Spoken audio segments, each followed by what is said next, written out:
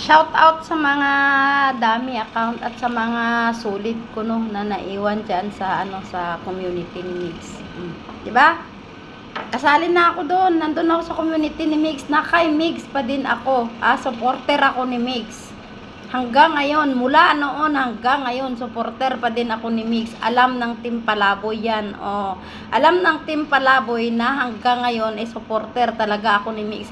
At saka hindi nyo marinig sa bunganga ko na sisiraan ko si Mix. Wala kayong marinig sa bunganga ko na sinisiraan ko si Bunso, sinisiraan ko si Tatay. O diba?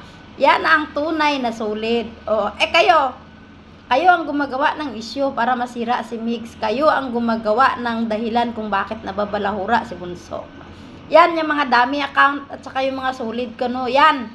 Sila ang nagtitrigger palagi. Sila ang gumagawa ng issue palagi. Ang gagaling nilang gumawa ng issue. Sa Tibats, nagkakalat ang mga demonyo. Doon. Tapos pag nagsagutan na kaninong balik, kay Bunso, kay Jetro, ganon. Di ba ang gagaling nila? Ako, narinig nyo ako? May sinabi akong isang masama kay Jetro at saka kay Mix. Wala kayong narinig sa bunganga ko. Kasi alam nyo kung bakit? Kahit na ganitong dalawa ang sinusuportahan ko, hindi ako naninira kay Bunso. Hindi ako naninira kay AC. Wala kayong marinig na masama sa bunganga ko.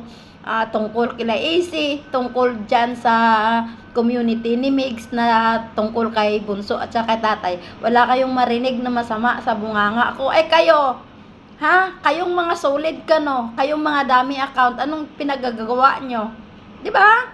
Issue kayo ng issue, kayong gumagawa ng dahilan para mabalahura si Mix at si Jetro. Hindi nyo ba naintindihan? Kayo ang gumagawa ng dahilan kung bakit nababalahura yung dalawa. Tapos ako, pag nakikita niyo ako sa live ni Mix, sasabihin niyo kaagad, yan na yung duplikata. Papalayasin na yan. Kaya ngayon, ginagawa ko, nanonood na lang ako. Hindi na ako nagko-comment. Manood na lang ako. Diba? Mas maganda yung ganon. Support ka na lang. True panood. Hindi ka na mag-comment. Kasi pag nag-comment ka, marami kang kaaway Diba? Pag nag-comment ako sa Team Palaboy, wala akong sinasabing masama about kila Tatay, about kay Mix. Wala kayong marinig sa bunganga ko. Mga dami account, mga solid ko, no? Diyos ko. Samantalang kayo, kayo ang gumagawa ng issue. Kayo ang dahilan kung bakit nababalahura si Mix at saka si Jetro. Kayo ang dahilan, mga tragis kayo. Diba? Kagaya kagabi. Yun na naman. Gumawa na naman kayo ng gulo. Pasok-pasok kayo sa live. Tapos magko-comment kayo ng kung ano-ano na alam nyo naman na yan ang pagsimulan para mabaling na naman ang issue kay Mix. Ang tatanga nyo talaga sa totoo lang, ang titimang nyo. Diba? Bakit hindi nyo na lang i-promote yung mga events ni Mix? I-promote nyo yung mga kaganapan kay Bunso. Ganon. Lahat ng mga events ni Bunso, lahat ng mga happening sa buhay ni Mix, yun ang ipopromote nyo. Huwag yung gagawa kayo ng issue about sa Team Palaboy. Magko-comment kayo ng hindi maganda na alam nyo naman na ang balik kay Bunso at saka kay Jetro. Ba't hindi nyo itanim sa utak nyo yan? At saka shout out sa inyo. Iilan lang ba ang nagpo-promote? Hindi ko nga nakabibihira ko nga lang makita yung nagpo-promote kayo ng mga events ni Mix Kung hindi pa si Mix ang mag-promote at saka si Jetro, halos nga wala akong nakikita Diba? I-promote nyo. Huwag yung kung ano-anong mga pinagagawa nyo. Issue dito, issue doon. Na wala namang napupuntahan na maganda kundi mabalahura lang si Mix. Diba? Yan ang ingatan nyo. Huwag kayong gawa ng issue. Post dito, post doon about sa Palaboy na pag nagsagutan sa comment section sino ang nababalikan, 'di ba? Kay Mix at saka Jetro ang balik. Ang tatangan nyo sa totoo lang. Hindi kayo solid. Lalo yung mga dami account, hindi solid 'yon. Supporter ni Berhelio 'yon. Sabihin yung solid kayo, hindi kayo solid. Diyos ko. Kung hindi ko pa alam, kayo, may narinig kayong masama sa bunganga ko about kay Jetro at kay Mix? Natawagin nyo akong duplikara, plastic ako? May narinig kayong masamang sinasabi ko about kay Jetro at kay Mix? Wala kayong marinig sa bunganga ko. Oh, para kayong mga walang utak, ang bububo nyo talaga. Alam nyo, sa totoo lang, yung mga dami account at saka yung mga solid ka, no, ang utak, gamunggo lang kalaki. Ganun lang kalaki ang mga utak nyo, kaya hindi kayo nag-iisip masyado. Hindi kayo nag-iisip ng kung ano ang masama, anong maganda. Dapat, pinoprotektahan nyo si Migs. Ganun dapat. Huwag nyong ginagawan ng issue para masira lalo.